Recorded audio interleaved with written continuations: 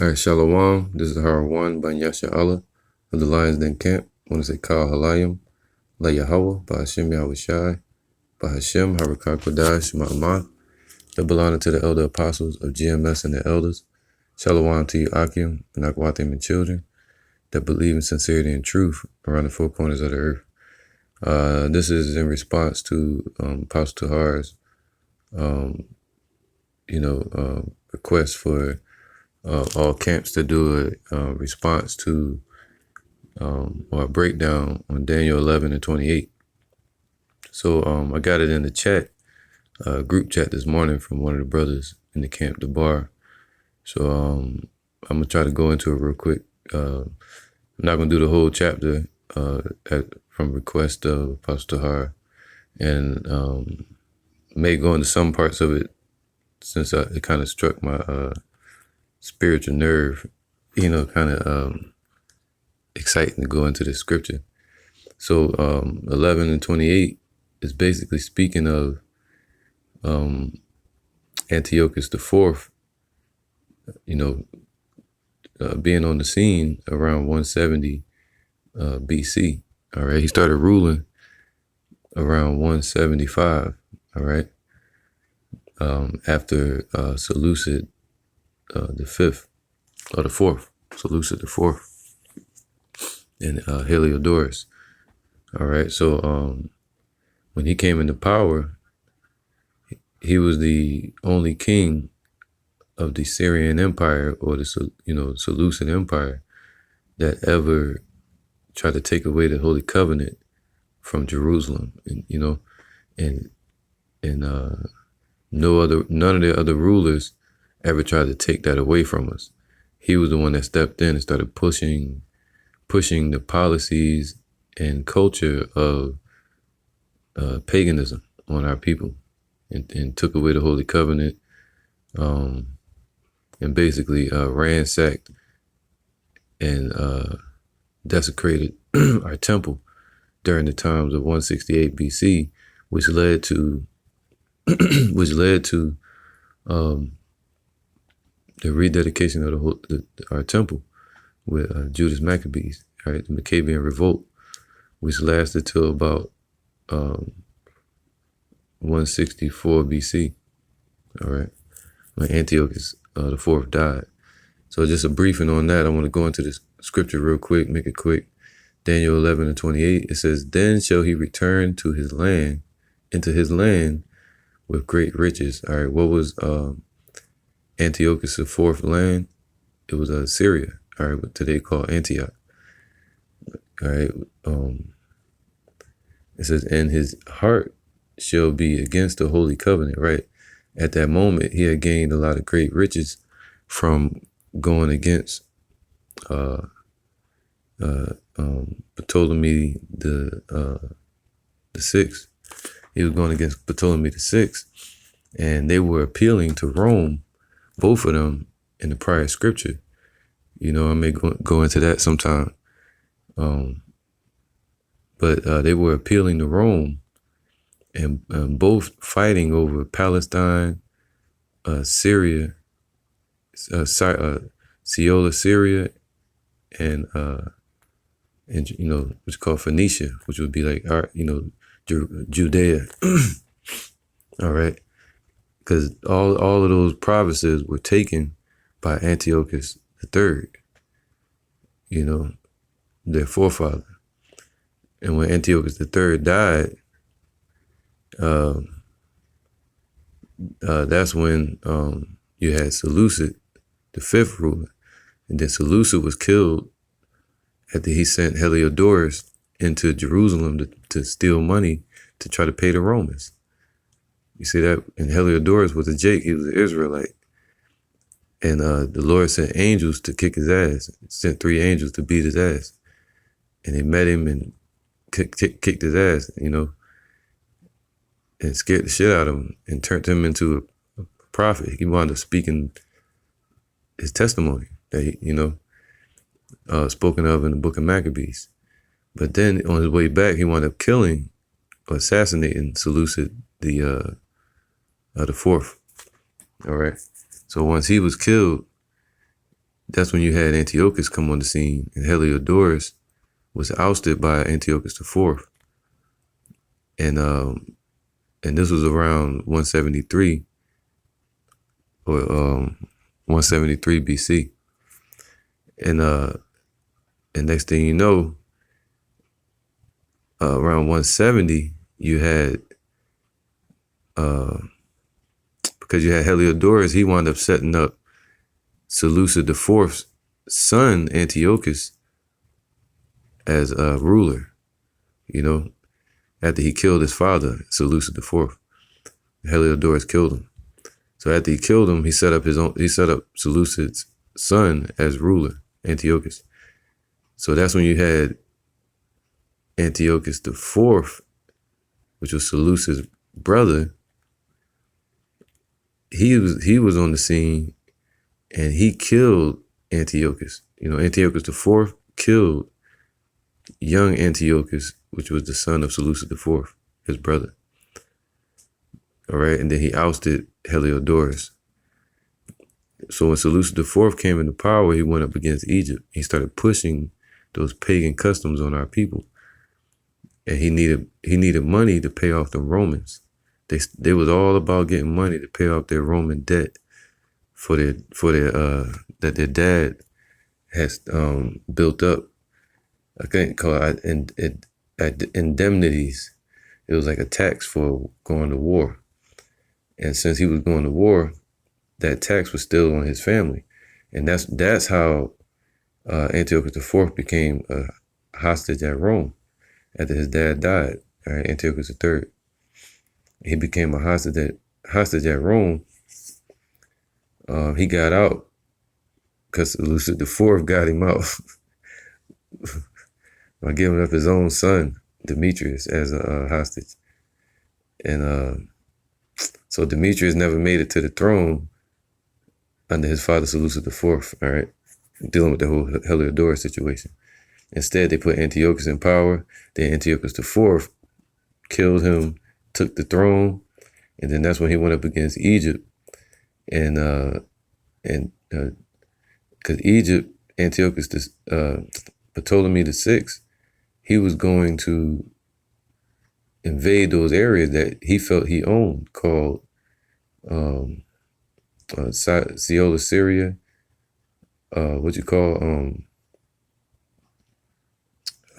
Palestine and Phoenicia, all right? So he felt he owned those areas. So next thing you know, you had Antiochus IV. He's when Ptolemy VI decided to go and take those areas around 173 BC, you had Antiochus IV paying off his debt. He was paying off that debt to the Romans. He paid it off all the way up until from 173 to 170, and that's all prophetic. That means the time appointed. And that gave him access with the Romans to go against those areas. But then the Romans flipped on him later. So now you have Antiochus IV. He went to stop Ptolemy VI invasion going into Palestine. He went to go stop that, and then he defeated the Egyptian army. And he took those lands. All right, he took a few of those lands, and then that's when he went back to what you call Antioch, to Syria, with his riches. And that's what the scripture is talking about right here. It says 28, Daniel 11 and 28. Then shall he return into his land with great riches. All right, and that land is Antioch. And his heart shall be against the holy covenant. See, his mind, his thoughts were still against Israel. All right, and that's when he set up puppet rulers over Israel. You see that? And his heart shall be against the holy covenant, and he shall do exploits and return to his own land. So he came up against us around 169, and he would what he would do is that's when you get first Maccabees,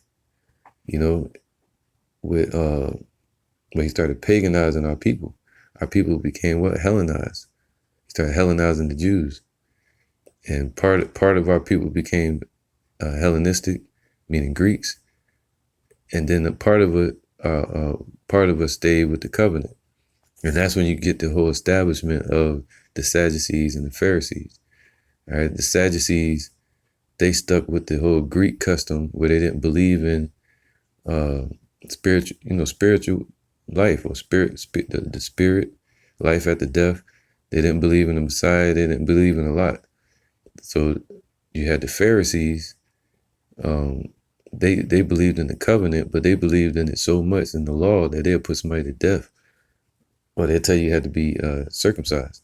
So that's when you get what you call later, during the time of Yahushua, when they came up against Yahushua, they came together and was called the Sanhedrin. That was the ruling government of Jerusalem at that time, of Yahushua. So going back, to 169 BC, with Antiochus IV, he started Hellenizing our people in the book of Maccabees. And now you had Antiochus, he went up against Egypt twice.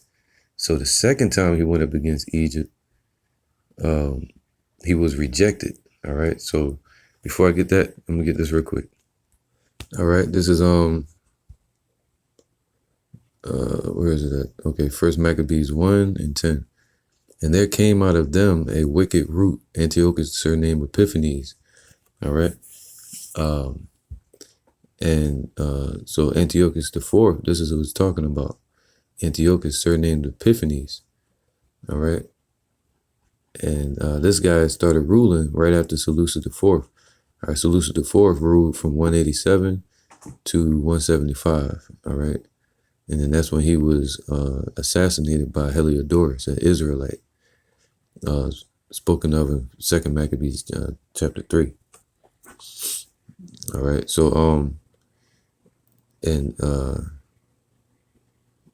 so I'm gonna get this real quick. Epiphanes, son of Antiochus the king. So he was descendant of Antiochus III. All right.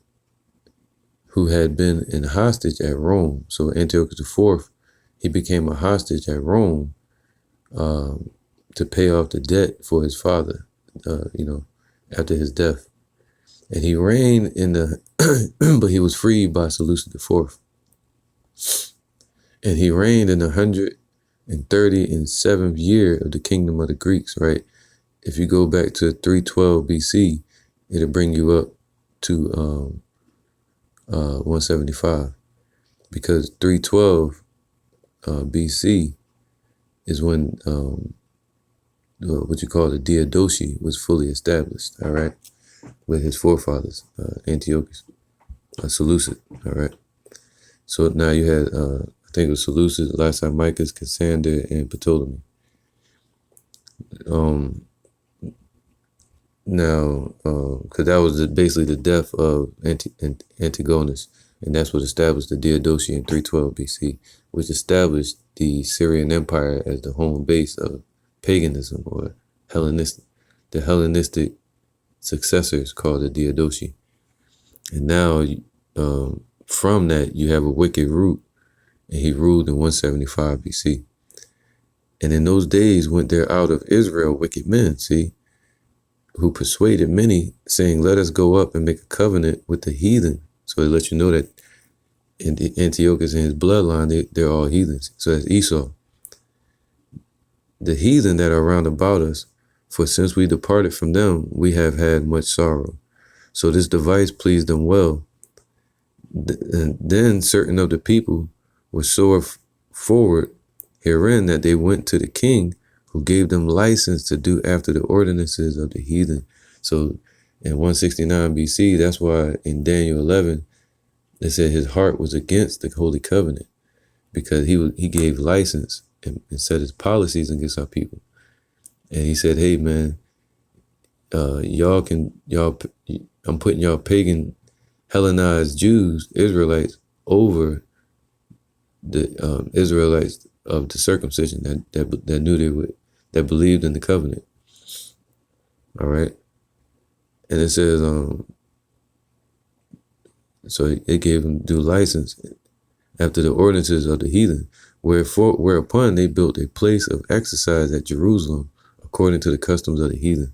Right? They would make the men fight in games or wrestle or dance or do weird demonic shit, and they would make us do it naked, so they would see if we circumcised, and if we were circumcised, then they would put us to death.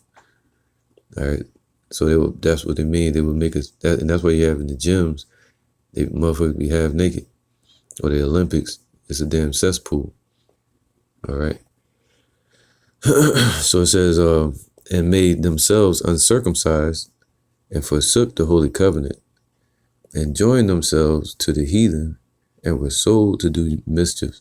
So the circumcision became uncircumcision.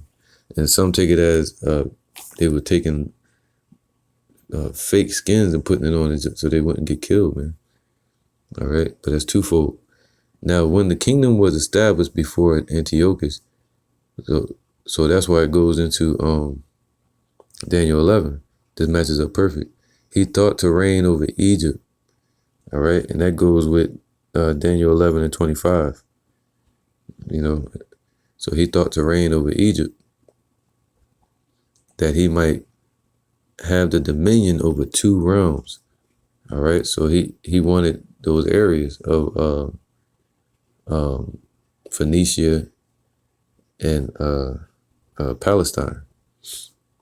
All right, because he already had part of Seola, Syria. So what do we call it? Seola, Syria.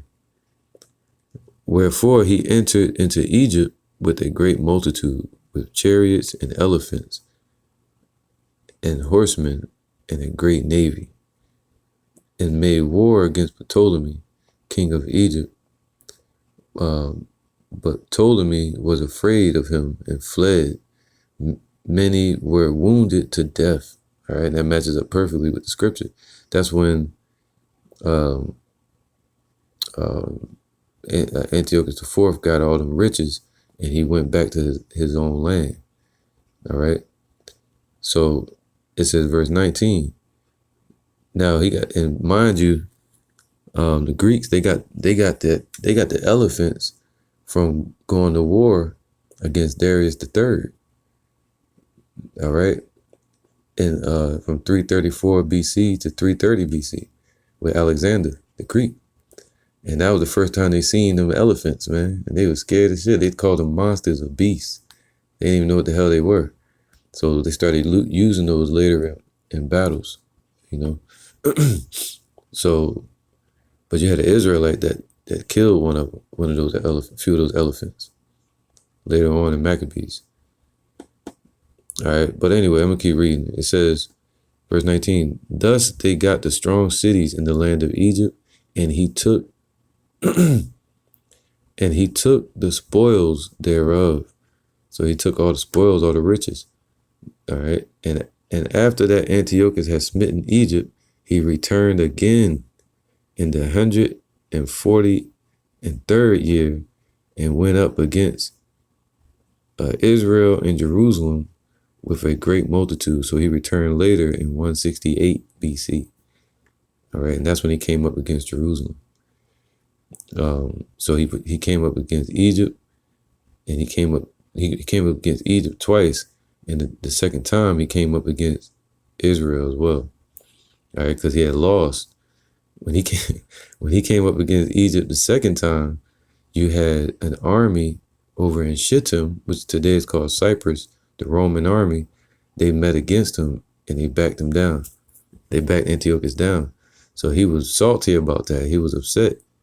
And on his way back, he took it out on us. And actually, on his way back, that's when you have the situation in Maccabees where the revolt happened. All right, where the brothers thought right, with Menelaus and Jason. All right, and then they revolted against Antiochus's setup. And then that's when the revolt happened, because they thought that Antiochus had died in the war against Egypt. And then when he showed up and he found out that his puppet ruler was ousted, that's when Antiochus took it out on us and came against our people, ransacked the temple, put swines on the altar and desecrated the altar, set up garrisons, military regimes all around our area, cutting off anybody that would try to get away or come out. They would kill us and burn parts of it down. And then that's when you had Mattathias and Judas Maccabees show up in 167 BC. All right. And he fought until we got the temple back. And Judas Maccabees died in 160 BC. But anyway, that's what this is going into. And so the second time, right? Verse 20, and after that, Antiochus had smitten Egypt. He returned again in the 143rd year and went up against Israel in Jerusalem with a great multitude, and entered proudly into the sanctuary and took away the golden altar and the candlestick of light and all the vessels thereof. See that? So he came up against us. And now check this out. So that's what this is talking about, the second time, because he had lost the battle against Egypt because the Roman army stepped in. This is Daniel 11 and 28. Then shall he return to his land with great riches, and his heart shall be against the holy covenant, and he shall do exploits and return to his own land. At the time appointed, he shall return, and that goes with Daniel 9 and 24. All right. And at the time appointed, where was that? And also Daniel 8, if I'm not mistaken. And at the time appointed, he shall return and come toward the south, but it shall not be as the former or as the latter. See, before, Rome ain't want nothing to do with it. But this time, Rome stepped in and they took the side of their ally, Ptolemy VI. All right, it says, for the ships of Shittim shall come against him. And the Shittim represents Cyprus, and that's a Roman province at that time. All right, matter of fact, all right, this is Daniel 11 and 30. And it says Shittim, right? Oops, let me go back to the Shittim, which would be Kittim, which would be today called Cyprus. And it's at that time called Cyprus. Later, it says the Greeks or Romans or the shores opposite Palestine. All right, so that was a Roman province. So the Roman army came against them and stopped them. All right, so now it says here, verse 30, for the ships of Shittim shall come against him. Therefore, he shall be grieved and return. You know, the scriptures are perfect, man, and accurate. And this was spoken by Daniel back before he left the earth, man. I want to get into that as well. This was, this was right before he was given this prophecy, right before he left the earth, man. You know, after the fall of Babylon. Now, it says this, for the ships of Shittim, the Roman army, shall come against him. Therefore, so it was different this time. All right, they took the side of the Egyptians, or the Macedonian Egyptians, which were Greeks, Edomites, which was Ptolemy the fourth. All right, the sixth, Ptolemy the sixth.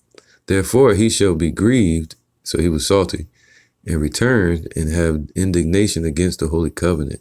So he took it out on us. All right, and that happened in 168 BC. So shall he do, he shall even return and have intelligence with them that forsake the holy covenant. And that's when you have Menelaus and all them, man. All right, and his puppet rulers that he was setting up. All right. And arms shall stand on his part, and they shall pollute the sanctuary of strength, and shall take away the daily sacrifice. And that's what I just read in the book of Maccabees. And they shall place the abomination that maketh desolate. And that was their idols to Zeus that they were worshiping. All right. And their pagan customs even today. All right. And such as do wickedly against the covenant shall he corrupt by flatteries. But the people that do know their power shall be strong and do exploits, man. Just like today, man. So hopefully that was edifying, man. And I want to say Kal Halayim, La Yahweh, Ba Hashem Yahushai, Ba Hashem, Harakak Kodash, Ma'amath, and double honor to the elder apostles of GMS and the elders.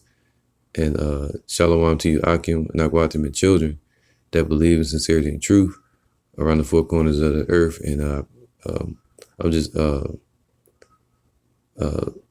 excited and thankful to Yahweh Bashim Yahushua that the Spirit was put on Apostle Tahar to put that challenge out there, because this leads to a lot of different studies, because, you know, we're in the time of Purim, all right? And also, you know, kind of the same Spirit is on that same time of Hanukkah, you know? So of us being liberated and free from oppression, all right, and bondage. So with that, I'm going to say shalom.